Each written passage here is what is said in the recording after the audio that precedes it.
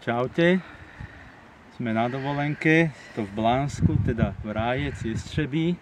Dneska sme boli pozrieť lom v Blánsku pri stanici, krásna čistá voda.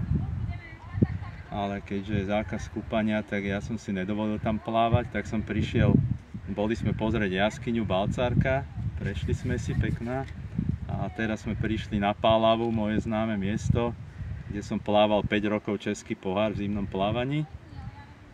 Tak vy dobre viete, a bol som tu na tratiach 500 a 750 metrov, raz druhý, raz tretí a 3x4 po sebe. Takže teraz som tak 3,5 roka bez poriadneho tréningu. Ešte aj som mi pred týždňom asi koleno pokazilo, tak musím ísť na magnetickú rezonanciu, tak idem túto Pálavu po 2 rokoch, čo tu už není český pohár, idem si vyskúšať, keďže sme tu vedľa Blánska ubytovaní. V perfektnom penzióne, kopeček v Rájci.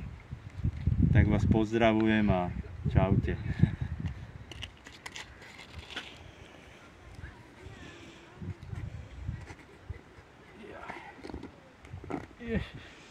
To je pre mňa úplne, že...